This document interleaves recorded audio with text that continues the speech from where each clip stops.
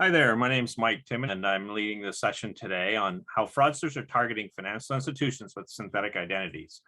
Today, we'll get to speak with a panel of experts that work in the financial industry, and we will talk about synthetic identity fraud and how it's impacting the industry. And so with that, I'm happy to say that I have Paul Benda, Senior Vice President for Operational Risk and Cybersecurity with the American Bankers Association. I have Joel Williquette, Senior Vice President of Operational Risk Policy with the Independent Community Bankers of America, and Chip Colweiler, Vice President of Security at Navy Federal Credit Union. Paul, would you like to introduce yourself? Sure, Mike. Thanks very much. So as you said, I'm Senior Vice President of Operational Risk and Cybersecurity at ABA. So I deal with the all hazards aspect of it. So health security, information security, cybersecurity, physical security aspects. So we cover all those realms. I've been leading the ABA response to the COVID pandemic, and that's taken up more time than I would like. But my day job is really focused on cybersecurity and the risks that are out there. And so we work hard to provide tools and capabilities for our members, work with the regulators and other joint trades to try and help develop mitigation strategies against this. Great, thanks. And Joel? Thanks, Mike. Thank you for having ICBA today. As you indicated, Joel Williquette, Senior Vice President of Operational Risk Policy for ICBA. Operational risk policy covers everything from cybersecurity, fraud, protecting the financial sector's critical infrastructure, pandemics, natural disasters, and physical security, basically all hazards, which is anything that disrupts the normal operations of the financial sector. We also spend a lot of time putting together guides on various topics, exercises, and other educational material. We also amplify information and material from our governmental and law enforcement partners and collect that information on a wide variety of sources and topics, like from the Federal Reserve, FBI, CISA, et cetera, and make it available all in one place on our website. Perfect. And Chip? Hi, Chip Colweiler, Vice President of Security at Navy Federal. Physical security and fraud operations strategies and systems are part of my responsibilities. Been in the financial crime industry for 20 plus years at financial institutions and as a consultant both over in Europe and in the US. Great topic around synthetic identity. Look forward to discussing it with this panel today. Great, thank you. And before we get into the actual discussion, I did want to take a few minutes and talk about synthetic identity fraud, just for some of the folks out there might be newer to this. But first of all, again, Mike Timmony with Federal Reserve Bank of Boston. And at the bank, I'm responsible for leading a group on secure payments, of really trying to understand what's happening in the industry and where we should get involved to try and work with the industry in a collaborative manner to try and address some of the problems regarding security. And a couple of years ago, one of those that came up was synthetic identity fraud. Synthetic's been around for quite a while, but it was gaining a little bit of interest. A lot more people were asking questions about it, so we decided to embark on that. One of the first things that we focused on, really, after we wrote a couple of white papers on what is synthetic and how you might be able to identify it and what you do to fight it. But one of the things that came up over and over was that there really wasn't a good, consistent definition. So we actually just recently worked with a focus group of experts from the industry to come up with a definition. This is the one we have, so I don't usually read slides, but I'm specifically going to do it here. So what we define synthetic identity fraud is the use of a combination of personally identifiable information to fabricate a person or entity in order to commit a dishonest act for personal or financial gain. I know, that's a few words to describe it, but typically what we see is, it's a new identity that's created by combining types of information. Could be real or fictitious information, and typically includes name, date of birth, social security number, and I'm sure Paul, Chip, and Joel will talk a little bit more about what they're seeing in their field.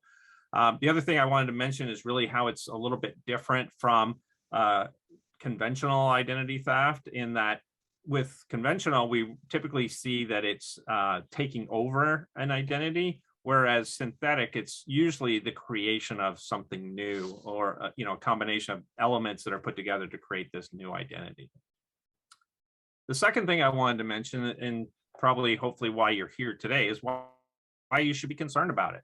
One of the numbers that we quoted in our first white paper was back from 2016, and that number was that the estimate was around $6 billion of losses for financial institutions due to synthetic identity fraud. As you can see on this slide, in 2018, that number had already gone up to around 15 billion from the reports that were out there. And then more recently, all indications from 2020 and what happened during that year imply that we're probably over 20 billion at this point for 2020. And I see a couple guys nodding their heads, and we will probably talk to that in a little bit as well. Again, it's still, in our first paper too, we also were quoted saying it's the fastest growing type of financial crime in the US. That was not our quote, but we had it in the paper. And I still see that today. I still see people saying that this is a big problem that we need to address. And part of the challenge specifically around financial institutions and is that oftentimes that this type of fraud is often miscategorized as a credit loss versus actually a fraud loss. And so part of the challenge with that is if it's booked as a credit loss versus fraud, then the fraud numbers are actually underreported and the credit loss numbers are overreported. So again, a challenge for this specific type of industry. The last thing I want to mention on this slide is that there are populations that are impacted by this. And oftentimes I've heard, well, it's victimless crime, that type of thing, but it's not. There are people, children especially, are more victim to this. Their social security numbers are 50 times more prone to being used in synthetic, but there's other populations, immigrant populations, elderly populations as well, that are also affected because they may not be using their socials as much. There are some challenges in detecting it, and I'm sure we'll hear some of that. But one of the things that I wanted to mention is oftentimes with synthetic identity fraud, the perpetrator appears to be a good customer, and they try to grow their relationship with the organization. They look like they're good. They make payments on time. They borrow money. They cycle. They look really good, and they're not really in it for the short-term gain. It tends to be a longer-term gain.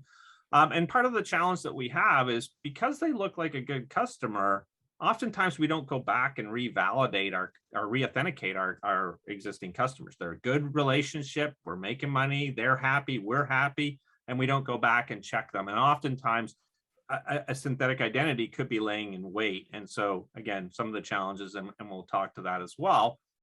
And then the last thing I really wanted to mention is that although our focus is around financial institutions and financial type crimes from that perspective, we see synthetic across the spectrum of industry. So in 2020, especially, we saw a lot around government benefits being defrauded, where there was unemployment, some of the loan programs that were out there. But we've also talked to people in the auto industry and seen that as a huge problem. They are seeing significant losses in that space. And then we've all probably seen the credit repair, late night television commercials talking about how you can repair your credit, that type of thing. And then lastly, but not least, that there's lots of other crimes out there. So, human trafficking, money laundering, all those kinds of things. If you have this synthetic identity, you can use it to take advantage of the system. So with that, I wanted to just give that background, but then I wanted to jump into the conversation with our panelists. So I often talk to the industry, and my team does as well. And we continue to hear the banks and financial institutions talking about synthetic. And so that's a good thing for me because I think the awareness is actually growing. But many banks that I've talked to still think, well, no, it's really not happening to me, or they don't think that it's happening. And so I wanted to put it on the table. Paul, we'll start with you, but are you hearing that? And if so, why do you think that is? And then what do you hear from your membership? Sure, Mike. I think there is a range. So ABA represents large banks to small banks, and we do have, in all categories, some banks are more educated about the problem than others. So, I do hear from some banks that, we don't have any problem with synthetic identities, and that's possible because, like you said, they look like good customers. Unless you do that check up front, it can be really hard to know that that person is a synthetic identity, and they can build off credit files off of other folks. And so they come in not necessarily as brand new.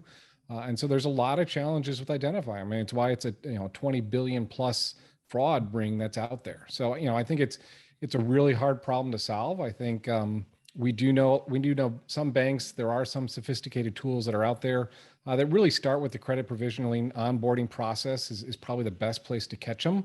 And then there's other ways that you can track them in terms of do they follow a standard credit profile and use pattern. But those are really sophisticated tools and hard to implement. And some banks, rely on core providers that may or may not allow that to be, those types of tools be implemented.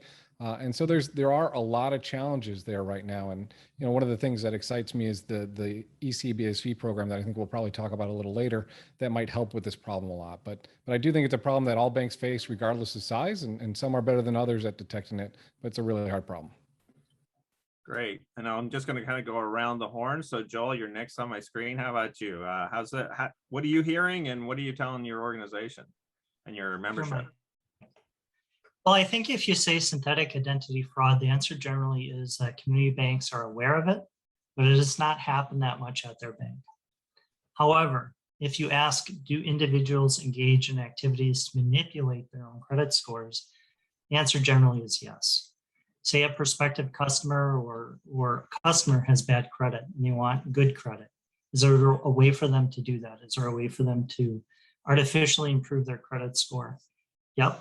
They use the same or similar processes that synthetic identity fraudsters use to the synthetic ID. These processes are often legal, but not ethical. So some examples of that, a pawn shop or a jewelry store or other businesses that are engaged in this, what I call legal fraud, they sell credit line memberships. So a disreputable business will sign up a user, often a synthetic ID, for a large line of credit. The user never actually has access to that line of credit, but the business reports to the credit bureau that the user is using the line of credit and making payments. The collects a fee from the user for that service. Other ways that we see out there is individuals will sell access to their credit card. So a disreputable individual with good credit will get a number of high balance credit cards, sell users slots on those credit cards, listing them as additional card holders. The user or the additional person never gets access to the credit card, but they look like they're building good credit. Users are often criminals using the synthetic IDs, looking to build additional credit history. Disreputable person collects a monthly fee for that service as well. And we see businesses doing that as well, selling kind of timeshares to loans and other loan products. And as Paul said, it's incredibly difficult to discern them, an individual that's really doing this for illegal purposes or unethical purposes, and somebody who's just building their credit, say somebody that's 17 and they're getting their first credit cards. So it's very difficult to detect, but it is happening. Perfect. Thank you. And Chip, you're in a little bit different shoes. You're probably right in the trenches with having to deal with it. So what's your perspective, being that you're in a credit union and having a portfolio, that type of thing? Yeah, I mean, definitely aware that it's happening. I think I'd seen the 20% stat of our credit losses are potentially synthetic a few years back, and that would be huge, right? If that was an accurate statistic. It's hard to figure that out, right? So I think you mentioned victimless crime earlier, and I think where that comes from is a lot of our identity theft claims come from the real person saying, hey, this isn't my credit line, at your institution. Synthetic, you generally don't have that, right? A lot of times sometimes they're manipulating their own credit, as Joel mentioned. It's really hard to detect. There's a little bit of overlap with first party fraud where, there's really a malicious customer intent. But there's just some key differences. And one of the things that we did is when we started to say, like, is it 20% or is it 10%? Because even 10% is a really big number. Is to look at, like, what are some characteristics that would let us know that these charge-offs probably are fraudulent. So we looked at good credit scores, and good being like 720 and above, where they got a credit card, never made a payment, and we took a loss, right? And that ended up being a really big number. And so we weren't able to say that whole pile of losses was synthetic identity, but we knew it wasn't identity, like true name identity theft. And so it made it either first party, malicious customer intent, or synthetic. And it's really hard to differentiate between the two sometimes because of the tools we have, like Paul mentioned. But it gave us a thing to go on, and leveraging kind of the definition that you had provided, because the way our shop works is we build models and we have systems, and if we don't have a way to tag something as a certain type of fraud, then we're not going to be able to detect it in the future. So we kind of start to work with our collections area and really unpack some of the losses, and do a better job of tagging some of those, so that we can do a better job sort of mirroring, if similar activity happened in the future, we could actually build that out. And we created this synthetic fraud general ledger, to be able to better track and report on it. But still, even to this day, there's still a lot of overlap between, hey, there's this loss. Is it true name? Is it synthetic? Is it first party? And just trying to unwrap that can be very difficult. Yeah, so that's intriguing, Chip. Looking at it from a different perspective is probably one of the things that I would hear when I talk to people, is we got to look at the problem a little bit differently. And when you're looking at credit losses that have really have good credit scores, that's not typically, that's not what you want to see, right? When you're making a decision to give credit, you want them to have good credit scores. But if you see them starting to be written off, maybe it raises the flag, to your point, and that's a good way to be looking at it. I know this may not be the best question for you, but do you think that different sized banks may see different problems here on how they're trying to deal with the problem, or the impacts may be different based on the size? I mean, I talked to a lot of my peers. It's hitting us all from what I can tell, and there's all shapes and flavors of it. I've talked to some of the biggest banks in the U.S. and they're having issues of it that dwarf mine in the dollars, right? But I think at the end of the day, the root problem is the same. I mean, Joel mentioned the authorized user. I mean, the authorized user process is it's the way it works in the US is ripe for abuse, right? And so any institution that's providing credit can get hit with this scheme, like the public sector fraud. I haven't talked to any financial institution of any size that hasn't been impacted by the pandemic relief fraud. So I don't think the fraudsters discriminate based on size. I think sometimes they find whatever works for them as far as a weak link, and that could be a small institution, that could be a large institution, and then they just hammer it until that hole closes. Okay, so Joel, I'll ask you that again because you're obviously dealing with the community banks, and so I'm interested to see what you think from that perspective, from your population. I mean, I would echo a lot of what Chip indicated. I don't think it's based on size necessarily, other than the larger the bank, possibly the larger the volume of synthetic fraud or credit score manipulation that's going on. Okay. All right. So Paul, I wanted to go another question. So, and it may tie into where you mentioned ECBSV earlier. So I was hoping maybe you would, since I know you're involved, if you wouldn't mind just giving a little brief update on what that is. But then, is that something, the bigger question is what should organizations really consider to address the problem? And so I'm throwing ECBSV on the table because I think it ties right in there, but if you could take it from there. Yeah, absolutely. So, I mean, I think you're right. I think, so ECBSV, so people are aware, is the electronic version of the consent-based verification system that the Social Security Administration has. It shocked me, when I looked into this, it's the one process, if you close down a loan or finance your loan, it's the one document that you actually have to sign. The SSA requires a wet signature, SSA 89, and it requires a wet signature.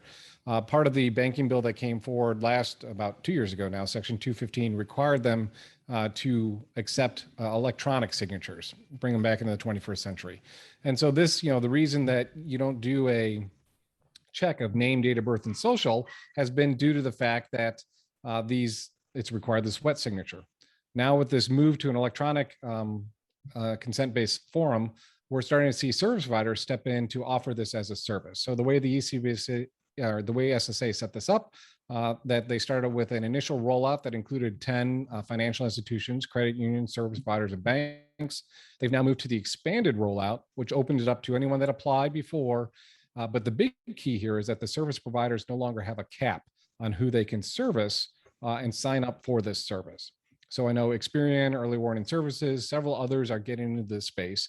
And a bank can do this as part of a normal credit check and credit provisioning, and ask for this ECBSV check that will check name, date of birth, social, along with the master death record. And so this will have, I think, a fairly substantial effect of identifying those synthetic IDs that are in use. Now, the problem we've got with this process is that you have to have the SSA is requiring consent every time you check. So they're not allowing financial institutions to go back through their customer lists and say, run this through a whole credit bureau check and say, do what synthetic identities do I have on books? You actually have to get a consent for the time you want to check that identification. So it's not as easy as we would like. We lobbied against that the prior consent that was given should have been applicable. But you can send out another additional consent to your consumers that have credit, or if you're doing a fraud investigation, ask for that. So there's ways around it, but we think will provide a very substantial capability for people to do that fundamental check. The challenge we've got is there are some issues in terms of fuzzy matching. So, my name is Francis Paul Benda, but I go by Paul Benda. So if I submit Paul Benda, but then I don't submit Francis Paul, or if I submit Frank, or if I submit Bill versus William, there are some challenges with matching. We know that the early system capabilities were showing a 5 to 6% mismatch rate. We're hoping that has gotten better, because if you're running through hundreds of thousands of apps, that's a huge number that you can't reject. So there, I think there's still going to be some growing pains. SSA has been a really great partner with the financial institutions that have been participating. So we hope that this program will simply get better as it goes forward. So I think in terms of when you look at the credit provisioning onboarding process, I think this will be a really strong and powerful tool that we haven't had, that we can integrate. I know some of the large banks that we work closely with are actually integrating into their credit provisioning process. So when you sign up, even at that point of service terminal for a credit card, it'll actually go through and check that before you issue that. So I think that'll really help, hopefully, until the fraudsters figure a way around it, mitigate some of the challenges we have with synthetic IDs. Is there, beyond that, Paul, is there other things that you're telling your membership? I mean, obviously you have a large membership within the ABA. Is there certain things that you kind of point to say, hey, this is what you should be thinking about with this problem? Well, we do think a lot of the products you're putting out, Mike, actually are really helpful. So we do point them to the stuff you're doing.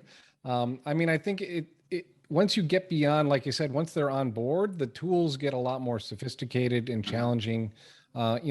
We are talking to folks when you're doing that onboarding, maybe look at non-traditional indicators such as social media presence. Yeah. Do they have, is this an actual person that exists? There are ways to check that. Now that's a time intensive. There are some vendors that are selling that. The other thing is when you look at, you can have a credit profile of someone that you onboard, and you can generally, the vendors will have, what do those people normally do? And you can see if they go beyond that, did they go beyond certain parameters. But again, those are all really, it's a really challenging effort to have to find those needles in the haystack. So it's hard once they're already in the gates to do that. There are some vendors that have some capabilities, and we encourage banks to explore those as potential opportunities. But we're really trying to use the ECBSV and the name, date of birth, Social Security check at this point. Okay. Joel, how about your membership? What are you telling them today? What do you put on your websites to say, hey, this is what you should be thinking about, or what you should be doing? Some of the things that they need to be aware of. They need to understand how synthetic fraud is perpetrated. I think everybody has a general idea, but they don't understand the mechanisms, right? So go out to the websites where you can see how they're doing credit score manipulation or building these synthetic IDs. Research it in your own state. In my own state, within 2 minutes, I found a dozen companies that were offering these services. They're not hiding under the shadows. These services are not illegal. So part of what I think we need to look at is how do we make them illegal, or we make some penalties for these companies that are selling timeshares to other individuals' accounts. And then assess your systems and mechanisms and how they detect synthetic fraud or credit score manipulation, and see if what you're doing is effective. The other big conversation we often have is we need to find better ways to take these synthetic IDs off the streets. Meaning, if a state finds a synthetic ID and it's used for unemployment fraud, often it stops there. That information isn't shared out with credit card companies or banks or others that even rental companies to say, hey, this is a known bad ID. Please take precautions. Instead, those IDs can circulate over and over. They can go from bank to credit card to rental company. And they may be stopped within one organization, but not all of them. So we need a better way to take those off the streets. I look at OFAC checking as a model. We have rails to be able to check for that. We need something very similar to be able to check these IDs. Now, we don't want to stop a real individual from getting the credit that they need and they deserve, but they also might not know it's happening in association with a piece of their. So it's to talk with them and say, hey, you were, and we just want to have this conversation. Okay. Chip, what about within your organization? Obviously, you're fighting the good fight there too. What do you tell the people within your organization? I mean, so part of it's education, right? For instance, if I might tell a senior executive that we're not validating, like, hey, we're going to do ECBSV because we actually signed up to be direct at the beginning and then ended up going through a service provider. But they're like, wait a minute, we don't already check that, right? And it's like, no, we actually use the credit bureaus and they tell us, right? So some of it's a little bit of an education about, and to the earlier points, like this is how it can be perpetrated, right? Same with driver's license. But at the end of the day, and we've invested both in ECBSV, but also in a synthetic detection tool that differentiates between gives us a first-party synthetic score and a third-party synthetic score, which I thought was a nice nuance on how to think about it, because it's a little bit different if you're manipulating your own social and to repair your credit, for instance. So we have that going forward, but we also did a look back, right? And that is scary, to be honest with you. So the ECBSV is forward looking, right? And you can be protected going forward combined with that. But when you do a look back, first of all, you've got all sorts of situations. You've got people that were victims of fraud and they've gotten a new social from the Social Security Administration, but that looks like synthetic. This person may have been a member for multiple years and be a good standing, but he scored really high on your fraud model. So what are you going to do, right? And then you have like real synthetic people that you dig into it and you determine that, but they also have like $100,000 and they seem like they're legitimate. So what do you do, right? Like, it's like, well, I'm in security. We're going to restrict and lock them down. And we have an obligation to validate identity. And if we can't validate the identity, you really can't be a member. But at the end of the day, like it is still an ongoing process. We have 10 plus million members. There's a lot to look back. When we did a look back, there's a lot to look through. And it takes resources. It takes a concerted effort to admit that you have a problem and to just, take a bite off the elephant one at a time, because it's big. Well, I'm really actually very encouraged by what you just said there, because that's one of the things that when I've talked to people, and Paul kind of mentioned it earlier about going back and looking is a challenge, right? It's not an easy task, and you're not sure exactly what you're going to uncover, right? And hopefully you don't uncover a lot of it, but there's probably something in there, right? And so that's great that you've undertaken that. If you were to give advice to the audience listening today, what would you tell them around this problem? What they should do to learn more about it, or what would your advice be? I would take bits and pieces of a couple of things. If your organization isn't part of ECBSV, you should go figure that out, right? Use a service provider because that's a help, right? And I mentioned it earlier, but you've got to start sifting through some of your losses and doing categorization, right? Like we're big on building machine learning models, but machine learning models, for the most part, that we build are supervised, right? So if you don't have a good tagging system, then you have to use unsupervised learning, which isn't necessarily bad, but at the same time, it's just a give and take, because at the front door, when someone's applying for membership, that's where we want to apply the friction, right? We're trying to do KYC. We don't want to do it like a year later when they're applying for a credit card, right? Because we should have already known who they are. And so that's the right time to apply the friction. So you want to get the right answer the first time, so that then, going forward, their products and services can they need to get a car, and they're trying to get a car loan, it should be a fast, simple process. They shouldn't have to jump through, are you a synthetic fraudster hoop? Because they should have jumped through that hoop a year ago when they joined Navy Federal. So looking through those processes and understanding what controls do you want to put in place and where do you want to put them in place? And then how are you measuring success of those controls, which some of that measurement has got to be digging through the losses and what got through, because there's certainly some ugly stuff in there. Right. Joel, how about you? What piece of advice would you give to your membership or anyone that was listening today? If you don't have senior leadership sitting around a table today talking about this topic, you need to have senior leadership sitting around a table talking about this topic. It's happening. At a minimum, your institution is probably encountering individuals who are conducting credit score manipulation, which impacts your lending processes. Have the discussions, evaluate your systems, reach out to your trade associations if you're looking for contacts. You heard a lot of good information today. Reach out, ask some additional questions. I'm sure links will be provided as part of the material that's handed out after this session. Demand more of your vendors, demand more of your partners, demand more of your governmental partners. Make sure you're educated and you feel empowered. And if nothing else, get a little mad. This is impacting people you know. This is impacting your institution, your employees. It's impacting Americans. It's a problem we all need to get together and solve. Great, thank you. Thank you. And Paul, your thoughts?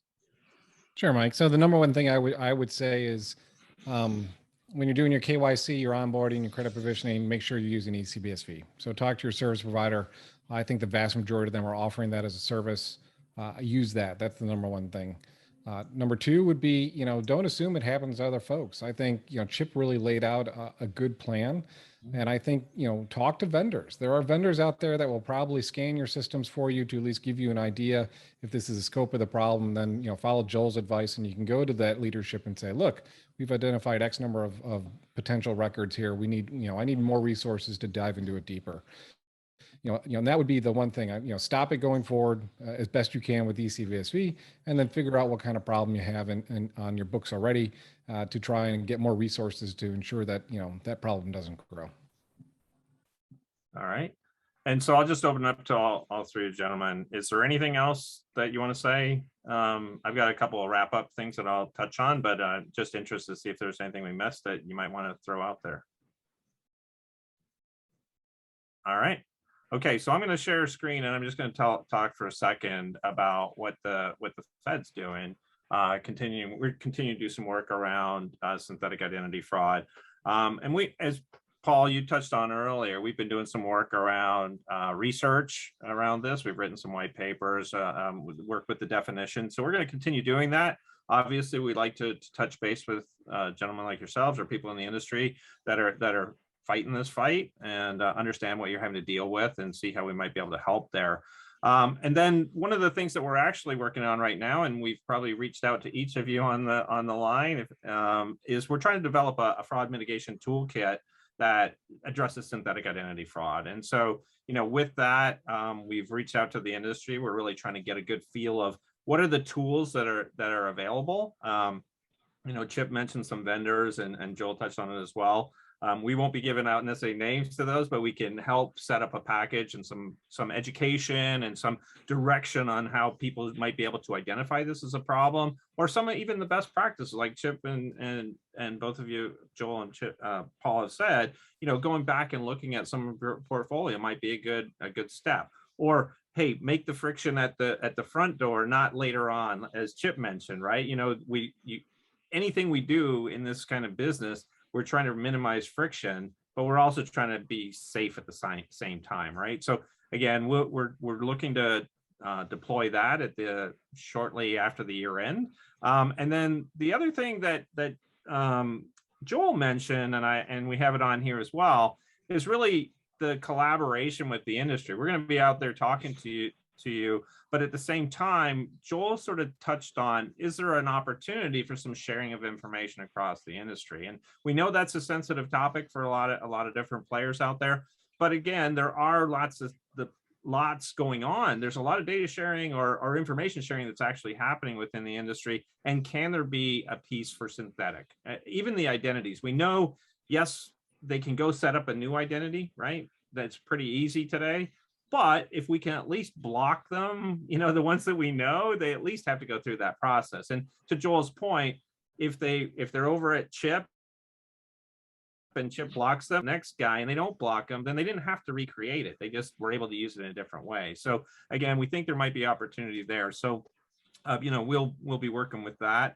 I did, with that, those are just a few of the things that we're doing. Obviously, we think synthetic is a big problem. We're not going to give up on it. We're going to keep doing, because it's not going away today. It's not going away tomorrow, but it's a longer game than that. But I wanted to thank each of you gentlemen, Paul, Joel, Chip, for participating today. Really appreciate it. I'm hoping that the audience at least picks up something. And if they're looking for information, Paul and Chip and Joel, I know on your websites, you all have something out there around it. Same with the Fed website on fedpaymentsimprovement.org. You can find a lot of material as well. And so again, thank you, gentlemen. I appreciate your time. And I hope everyone enjoys the rest of the Faster Payments Conference. Thank you. Thanks, Mike.